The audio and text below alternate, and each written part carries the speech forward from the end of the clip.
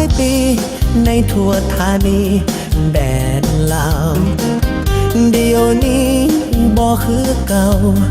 ต่างจากลาวในหลายพันปีสร้างเศรษฐกิจสร้างชีวิตอุดมหั่งนี้โอ้ยจังแน่นมันดีพ่อแม่พี่น้องสาวลาวอยากคู่เรื่องดีมาพี่สิเล่าสู่ฟังมีแต่เรื่องความหวัง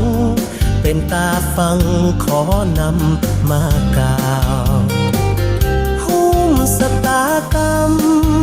จำเป็นเรื่องจีนลาวฟังเด้อคอยสิก้าว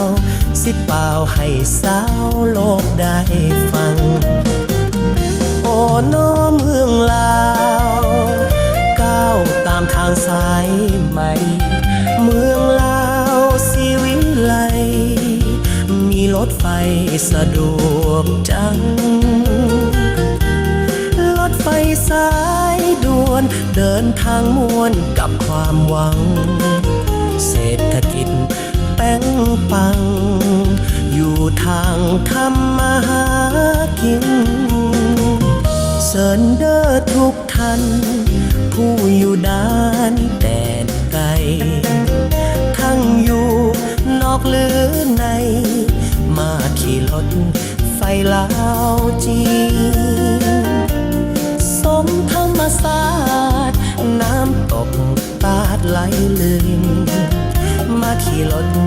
ไฟลาวจีนสองแผ่นดินให้บริการ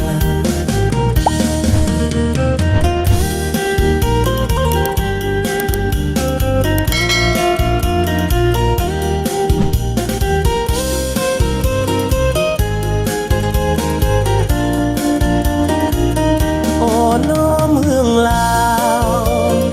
ก้าวตามทางสายใหม่เมืองลาวสิวิไลมีรถไฟสะดวกจังรถไฟสายด่วนเดินทางม่วนกับความหวังเศรษฐกิจแป้งปังอยู่ทางทำมาหากินเชิญเด้อทุกท่านผู้อยู่ด้านแดนไกลทั้งอยู่นอกหรือในมาขี่รถไฟลาวจีนสมธรรมศาสตร์น้ำตกตาดไหลลื่นมาขี่รถไฟลาวจีนสองแผ่นดินให้บริการ